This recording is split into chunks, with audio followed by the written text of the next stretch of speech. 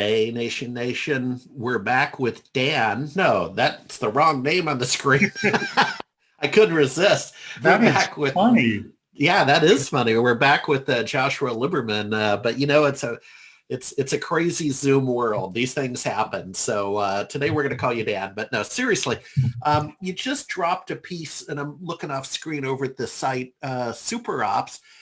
Really interesting article I want you to walk us through. To be or not to be an MSSP in 2021. To be or not to be. Go. What's going on?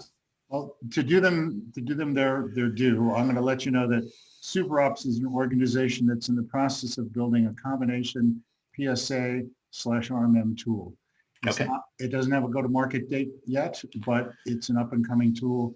And a few months back, they engaged with me to provide them some content. So Cool. that's the pitch there. When I know more, at some point I can say more. So the article, they came and asked me each month, they present me with 2 or 3 potential topics. I generally massage or twist one of them towards exactly what I want to cover, which is how this came to be. Everybody who grows an MSP goes through a series of inflection points in their career arc as an MSP. Some of them, it's as simple as, hiring their first, second, third employees, starting to outsource admin tasks, or reaching out for a professional employment organization or others. But some go to the point where they have to really make that buy versus build decision when it comes to providing their own security services /SOC or SIM, Security Operations Center or SIM. So the way I look at things is you can be an MSSP. That doesn't mean that you have a SOC. And you can have a SOC, but that doesn't mean that you're an MSSP, although it's closer to congruence. This article is about how do you make that decision? Where do you go? Do you become an MSSP? And what does it mean? So first of all, quickly, we'll just define what an MSP is. But basically, an MSP is someone who provides a broad range of services in a proactive manner, generally delivered remotely on generally to entirely fixed rates.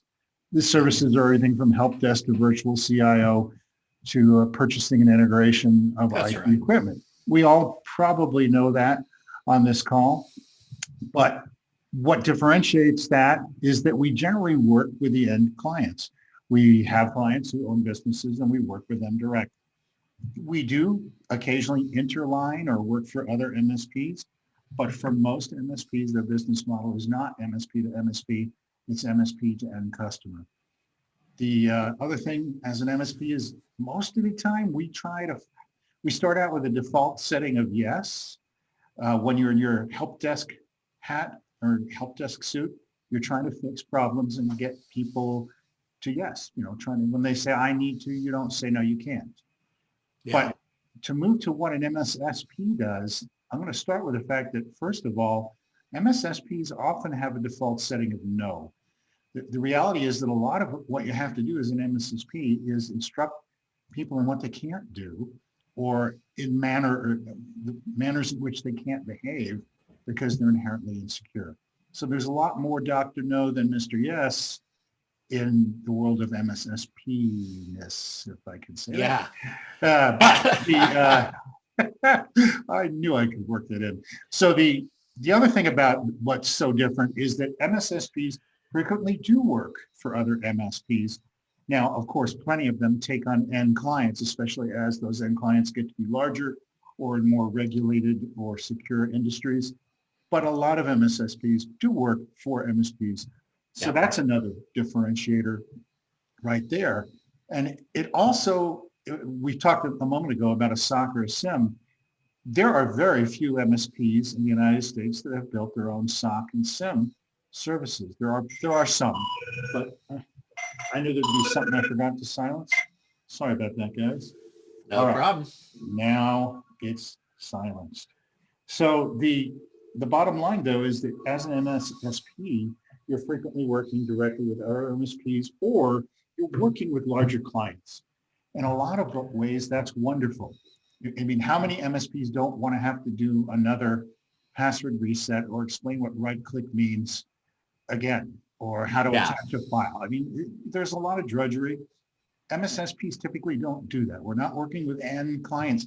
Even if we're working with a company and their CTO, CIO, CXO, whatever it is, we're not working with their end users, and we're not doing help desk ticketing and closing there are no silly questions, but we're not dealing with that stuff. What we're doing is higher level, more interesting and more challenging, but also higher risk. So what tends to happen as an MSSP, and I'm not one, so I don't want to make that claim. We haven't made that transition, at least not yet. But you are taking on riskier concerns and you're working for larger companies. And these larger companies not only know and accept the responsibilities of IT and IT security and its exposures, they expect you to behave the same way. And if you mess up, there's going to be a cost. So that's another thing about being an MSSP. Finally, I think that at least 2/3 of the MSPs I know, and I literally know hundreds, I think I might know 1,000 by now around the United States. 2/3 of those guys, at a guess, kind of a Kentucky windage kind of guess, 2/3 of them they're not really 24/7 operations, especially 5, 10 seats or less, employees or less at an MSP. They're not really 24/7. They have somebody who picks up a phone call on demand occasionally. And it's the way I run my own business. We had 1 out of hours call last year. We had 4 in our biggest year. We've had 1 already, unfortunately, this year. But we're not truly a 24/7 operation. Most things can wait for tomorrow. That statement does not apply to MSSP practices. Those guys are truly 24/7. Whether you run your own SOC or even engage with other SOCs, you do have to be available for alerts and response. And that means that you have to have not only a sufficient staff level, but a sufficient staff count. So you have to have people that can actually respond effectively, and they have to be paid to be awake overnight, to be simple about it, on weekends. So that's another big step. You can't step lightly into it. So for that reason, a lot of folks that dabble in MSSP operations will step back. They'll get to that brink. They'll look at what the commitments are in terms of time, money, expertise, staffing, maybe even a SOC or a SIM, and they'll step back and they'll remain an MSP. Some of them are more like me, I think, and that they just enjoy a broad range of tasks and of interactions with different clients. I like the fact that I actually have a 2-user client. I'm amazed that they want to engage us, but at $1,000 a month, $960 a month actually, they get everything they can possibly want. They're incredibly happy. And they've been around for almost 10 years with us, I should say. Those things don't happen with MSSP relationships.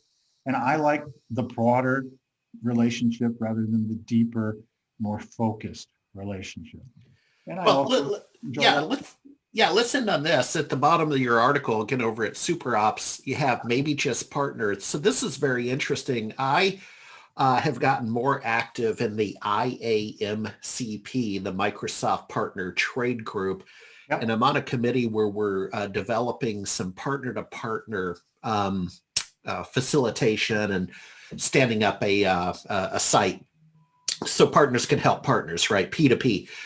Probably be up about mid-year. I'm in a weekly meeting on that. So that's a big deal, partner to partner. And I like about maybe just partner because just a real discrete example, many years ago, and I think you'll recall, we had a wonderful gentleman about 10 years ago who worked for us, Jeremiah. You may recall because he was really into photography. I do. And he had built a data center, and it didn't go to his liking. It's a huge investment. There's the changes in technology. There's little things like weather and staying up. And well, it looks like Harry got called away by technology challenges, and that's just life in the Zoom lane. We all know it. He was talking about maybe just partner, and I can say that in my own case, and in the case of most of the small to mid-sized MSPs I know, that it makes more sense to partner with various different MSSP or SOC organizations. We don't have to take on a major risk. We don't have to take on the expense. We don't have to make the commitment that otherwise we would have to if we decided to dive in on our own. But it also gives you the opportunity to work with best of breed options. So we actually have different SOCs behind endpoints, firewalls, and other log reading. And we work with a SOC facility that's more broad and general. And we provide that at one level to our smallest clients, and we provide higher end services the other way. I think that many people will finish their career as MSPs without specializing into being an MSSP. And I think that partnering is a really valid option. I think it makes more sense for outsourced SOC, SIM, and MSSP services than just about anything else we do. I see you're back, Harry. What do you think? Yeah, well, I think I should pay my internet bill. Maybe I better be a better partner with Comcast, but I did drop. I don't know what's going on, but suffice it to say, thank you for your contribution this month. We'll see you next month. Keep it safe, man. All right. Thanks a lot, Harry. Bye, Jim. All right. See you all around. Bye.